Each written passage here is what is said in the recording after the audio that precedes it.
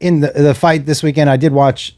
Oh, did you watch it? I watched just the main event. Yeah. I have probably best. I have 2 questions for you.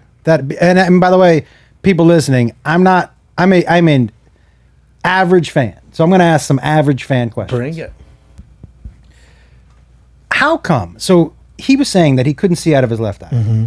So as soon as you can't see out of your left eye, and you're fighting arguably one of the best heavyweights of all time, yes? Yes. You know you can't win at this point. Not necessarily, but also But your left eye is your lead. I know, and it's also with the right hand. Yeah. But what do you, like the world title's on the line, so you gotta fight through it. But also the ref fucked up because there's a point where Daniel Cormier goes, "I can't see." Right. The few things you never say inside that octagon, unless you have a serious issue, is if you say "I can't see," the fight should be stopped. But Immediately, DC right? goes, "I got poked in the eye," and the ref goes, "Now it's a punch. Sit down. You're all right." It's like, well, you didn't see it, dude. So look at that. So this is what I'm saying. Like, So is it, isn't he? He's not a young dude. No, 41. 41, but hold on. 41, Olympian wrestler, former Grand Prix Strikeforce world champion, light heavyweight champion of the UFC, heavyweight champion of the UFC. If that guy goes, "Hey, dude, I got poked in the eye," I'm going to go, he got poked in the eye. That's what I'm saying. If Michael Jordan goes, "Hey, dude, shoot like this," I'm going to shoot like this. There's certain, you got to listen to what these fucking goats are saying. His character is unquestionable. Yes? Yes. Okay. One of the best of all time. But so Nobody doesn't like DC. I know I'm going to hear a lot of, "Hey, you pussy, man up." No, not at all. But at that age, at 41, accomplished what he's accomplished, fighting arguably one of the best heavyweights of all time. That fight was to decide who's going to be the best. Okay.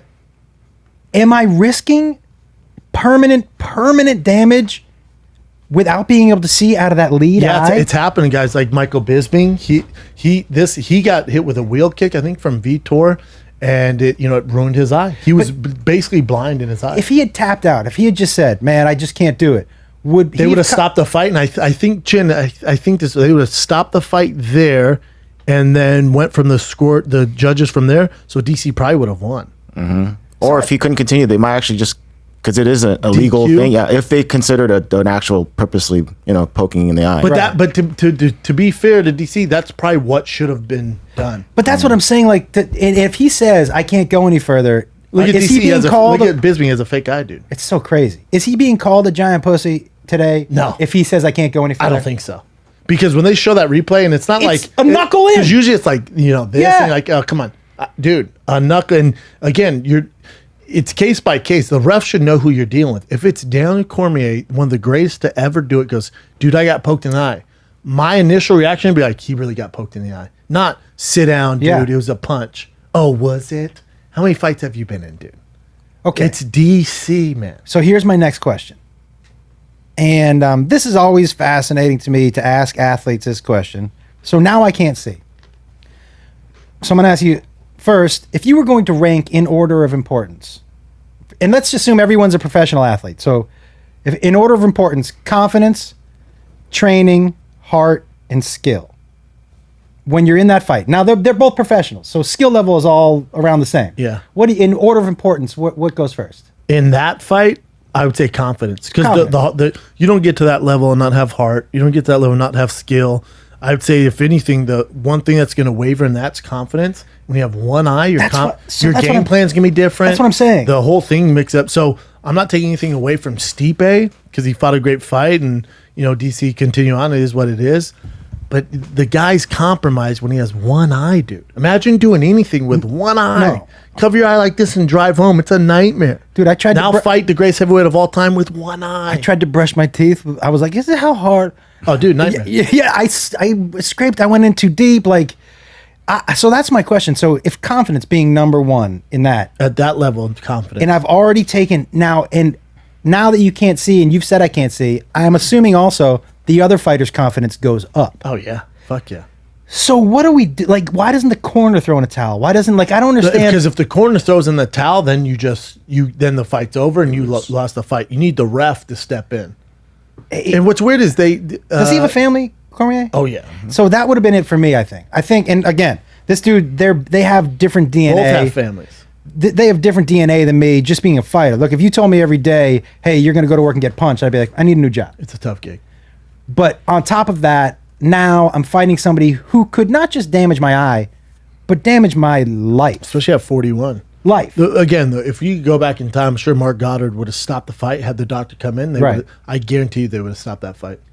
I'm fascinated by what I'm fascinated by what keeps him fighting. Well, that's what makes him one of the greatest of all time. Yeah. You know, you're talking about a guy who's successful at every level. He's an Olympian. And nothing left to prove. He doesn't have anything left to prove, does he? No, he's a light heavyweight champ already. He was a heavyweight champ already. Like this is just cement his legacy as the greatest of all time. It's his last fight that he's going to do. Here's something about DC too. He used to have 3 kids. One of the kids passed away. Oh, no way, dude. So that weighs on me too. So say I'm in the ring and now I could not be the same person I was walking into the ring for my 2 kids because I can't see. To the other end of that, let's say he won that fight with the one eye. Then you're considered the greatest heavyweight of all time. It's such a But fascinating here's what's weird thing. about him is he's also the best analyst they have. Besides Joe Rogan, Daniel Cormier is hands down the best analyst they have on deck. Why? He's amazing. He's so good at it. And he'll do it till his fucking beard grows in gray. That's his gig. I don't know how much they're paying him. Right. But he's set, man.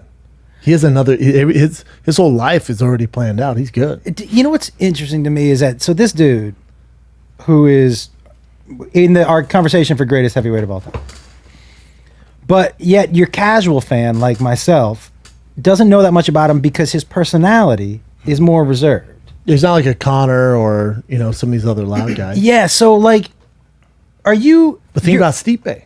Stipe's a full-time firefighter, bro. The greatest heavyweight of all time. He is a firefighter. Doesn't take any time. He's a firefighter year round. He's a part-time working on full-time, but he is still a firefighter all year round. So these nuts. These guys, it's almost like you are not rewarded for what my dad would say doing it the right way. But in order to get the big payday, you have to be Connor. You have to be Floyd Mayweather. Well, no, to get the big payday. those guys each. Those guys. Well, listen, they didn't make. There's only one Conor McGregor. But I mean, you have to. But there's a guy out there to. No, well, the guy like Khabib, who's the highest paid fighter in the UFC now. Oh, is he? And he's super respectful. Doesn't talk shit. Is he the highest paid? Yeah, now he is. Yeah.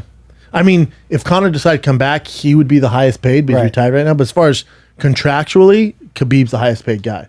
And he is by the book. USADA can test him every day of the week. Do you think his fights are fun to watch? Yes. I do too. They're fun to watch because he does one thing. I love greatness. He does one thing so great that nobody can figure out. Me too. I'm going to tune in every fucking until somebody time. figures it out. Yes. Same with Floyd Mayweather. People are like, his fights are boring. I'm like, hit him. Yeah, I love seeing. Fucking hit I him. like people trying to figure out the puzzle. Me, Are you probably not? Are you into F1 racing? No. Like Hamilton is like, no, I mean, he's just so much better than everybody. And me and my brother watch it. And I said to my brother, I'm like, I mean, we know Hamilton's going to win. Who gives a fuck? He's like, because it's fun to see, like, you're watching the Michael Jordan of race car driving. Like, Tiger. He's so much better than everybody. When I get off stage at the Laugh Factory, right away you go, bro, I figure out what you look like. I'm like, what? This is in front of a bunch of other comics. I'm like, what? You're like, you look like a Rottweiler who got his shit together. Oh, you do, bro. Yeah. Come on, man. I'm just saying, dude. Grab that mic, son. You do, bro. Look.